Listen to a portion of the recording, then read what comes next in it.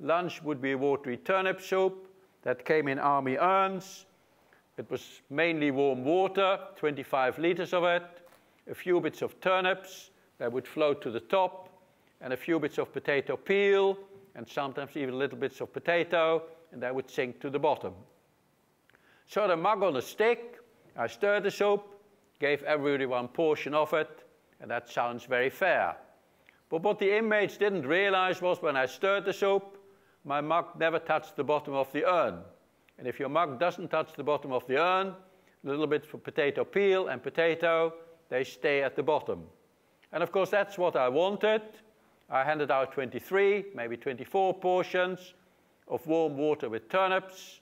And when the urn was getting empty, my hand went in secretly, got out a bit of potato peel or a bit of potato, shared it with my brother Paul, and that's, I suppose, why I'm here today. I'm not proud of what I've done, but I was just getting hungry, very hungry. We became thinner by the day. We lost all our resistance to illness and diseases. And after about 6 months there, in August '44, the first survivors from Auschwitz were herded to Bergen-Belsen because the Russians threatened to liberate Belsen. It was really inspiring, and I thought it was really emotional too when he was speaking about his parents dying when he was such a young age, and he had to look after his younger sister and stuff, so that was really emotional to listen to. But he must be extremely brave to tell his story. Well, because of the Power and Choice project we're doing, it shows us the power that people had and the choices that people made to do. And the choices that Ruby made was, well, he didn't make any choices, the choices were made for him. Like to move from country to country and city to city without him having any say in it. And then when he left all that, he went and done his own thing. Now he's telling everybody what power people had over him and what choices people made for him. Rudy said he used to hang, peel the potatoes to the bottom and keep them for himself and his brother. And that's how somehow he saved his life. And that was his choice. And maybe some more people died, but he still lived, you know what I mean?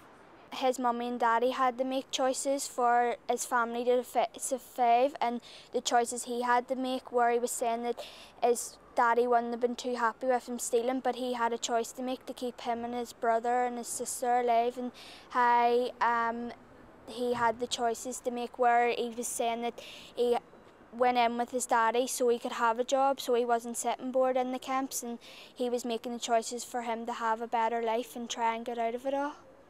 I thought it was brilliant, but it made you really think about what he had to go through and how he felt, and I'm just thankful that I wasn't there at that time and it's all over and done with now. It should be carried on through the generations to make people aware of what is happening and what has happened throughout the world and the consequences of it and why people's lives have changed.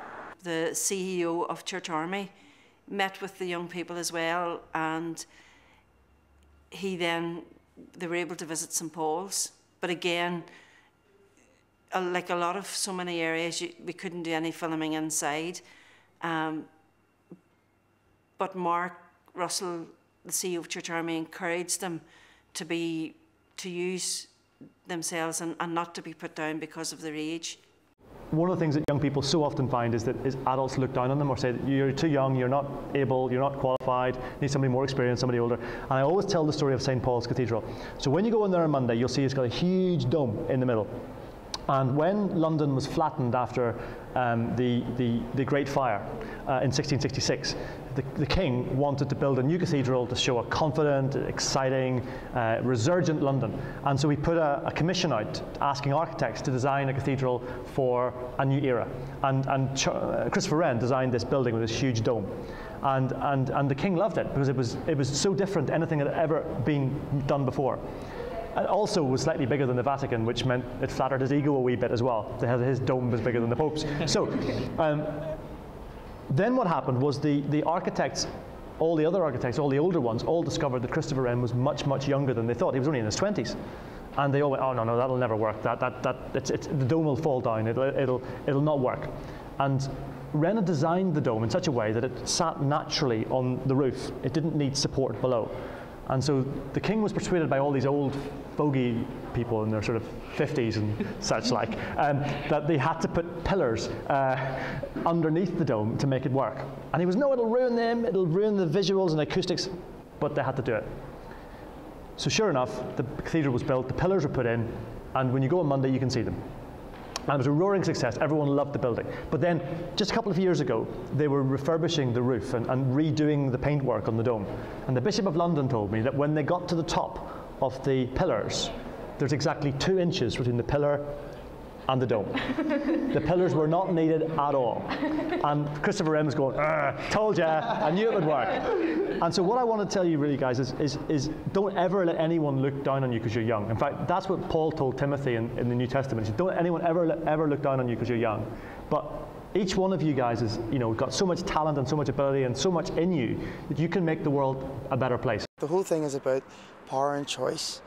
And I think the young people understand now the negative side of the choices you make, how your life can be turned upside down in an instant, just by one bad mistake or one simple bad choice. And also they've come to understand, what direction their life should go in, what they should take it, and the choices they should make to achieve what they want to achieve. We took an extra couple of days and the young people went to places like Trafalgar Square, they went to Madame Tussauds.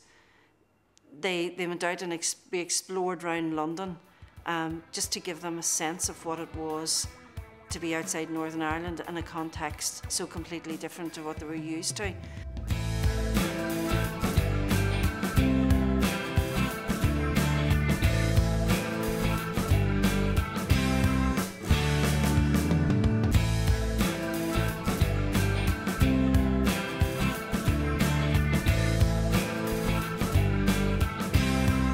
They loved London, they loved seeing so much and learning so much, and some of them want to go back to examine other things.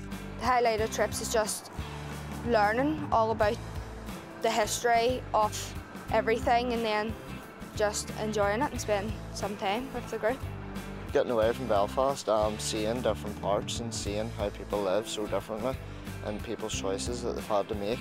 Learning about the different aspects of power and choice and hearing different people's stories and what they've went through. Today, meeting Rudy would have been the highlight of my trip. I just think it was so inspiring for him to come out and tell us his story. And I know we've seen at the museums what people went through, but this is different, hearing from the survivor himself. They're still keeping in touch, and I think the good thing about the project is that they were natural friendships, they weren't forced, and they were looking at a subject that was outside the Northern Ireland situation, which made it easier for them to get things in common rather than to major on the things that divide them here at home.